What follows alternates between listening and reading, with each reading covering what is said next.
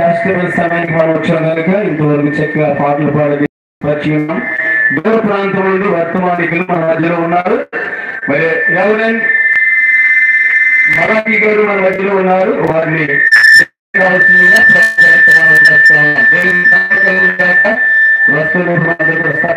దేవుడు మైపక్షంలో అందరూ కూడా లేదాము. ఒక ఆరాధన పాట పాడుచునగా ఆరాధనలు జరిగిస్తారు. ఆరాధన తర్వాత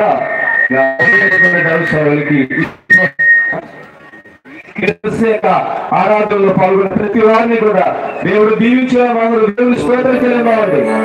గనులైన దైవ సేవకులు మలాఖీ గారు మధ్యలో ఉన్నారు. వారు వస్తున్నప్పుడు మనందరం కూడా తప్పుడు కొడుతూ దేవుడు మహిమపరుచుకుందాం.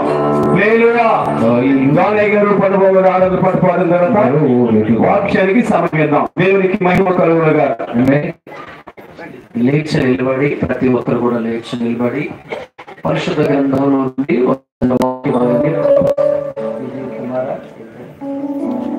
నిష్పాదం గారు వాక్య భాగం చదివిపిస్తారు. ఆ తర్వాత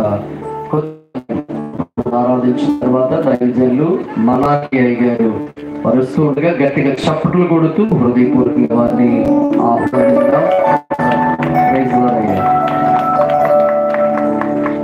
మంచిది.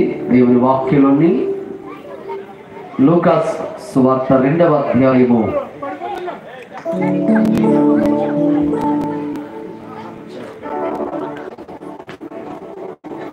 14 వరకు చదువుతున్నాం.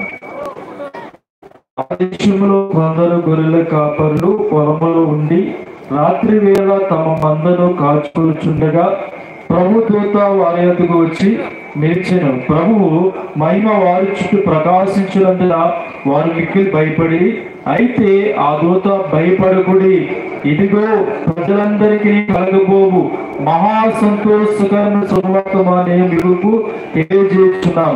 దావీదు పట్టణమందు నేడు రక్షకుడు మీ కొరకు పుట్టి ఉన్నాడు. ఈయనే ప్రభువైన క్రీస్తు. దానికిదే మీ కానవాలు. ఒక శిశువు పొత్తుగుడ్డలతో చుట్టబడి ఒక తొట్టులో పండుకొని ఉండుట మీరు చూచెదరని వారితో చెప్పాను. వెంటనే పరలోక సైన్య సమూహము ఆ దూతతో కూడా నుండి సర్వోన్నతమైన స్థలములలో దేవునికి మహిమయు ఆయనకి ఇష్టలైన మనుషులకు భూమి మీద సమాధానమును కలుగునుగా కానీ దేవునికి స్తోత్రము చేయుచుండెను. ఈ పరిశుద్ధ లేఖం దేవుడు దీవించి ఆశీర్వదించునుగాక. మంచిది. సర్వోన్నతమైన స్థలములలో దేవునికి మహిమయు ఆయనకి ఇష్టమైన మనుషులకు భూమి మీద సమాధానము కలుగునుగాక అని దేవుడు స్తోత్రము చేయుచుండెను. ఆయనకి ఇష్టమైన మనుషులకు భూమి మీద సమాధానాన్ని ఇవ్వడానికి 2024 సంవత్సరాల క్రితం ప్రభువైన యేసుక్రీస్తుగా లోకానికి ఆయన దిగి వచ్చారు.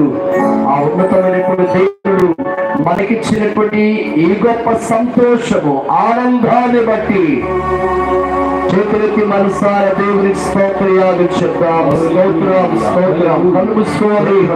ప్రతి ఒక్కరు కూడా కళ్ళు మూసుకుని హల్లెలూయా స్తోత్రం స్తోత్రం స్తోత్రం. మహిమను విడచి భూమిపైకి దిగి వచ్చి మహిమతులను పిలచి సత్యమును బోధించి చీకటిని తొలగించి